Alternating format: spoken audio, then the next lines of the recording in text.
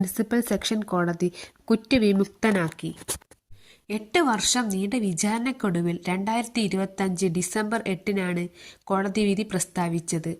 ദിലീപിനെതിരായ ഗൂഢാലോചന കുറ്റം തെളിയിക്കുന്നതിൽ പ്രോസിക്യൂഷൻ പരാജയപ്പെട്ടുവെന്ന് കണ്ടെത്തിയതിനെ തുടർന്നാണ് കോടതി അദ്ദേഹത്തെ കുറ്റവിമുക്തനാക്കിയത്. കേസിലെ മുഖ്യപ്രതി പൾസർ സുനി ഉൾപ്പെടെയുള്ള മറ്റ് 6 പ്രതികൾ കുറ്റക്കാരെന്ന് കോടതി കണ്ടെത്തി. കുറ്റക്കാരാണെന്ന് കണ്ടെത്തിയ പ്രതികളുടെ ശിക്ഷ 2025 ഡിസംബർ 12-ന് പ്രഖ്യാപിക്കും.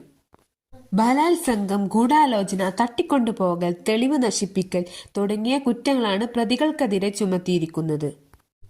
കോടതി വിധിക്ക് ശേഷം സിനിമാ മേഖലയിലും പൊതുസമൂഹത്തിലും അനുകൂലിച്ചും പ്രതികൂലിച്ചും നിരവധി പ്രതികരണങ്ങൾ ഉയർന്നിരുന്നു.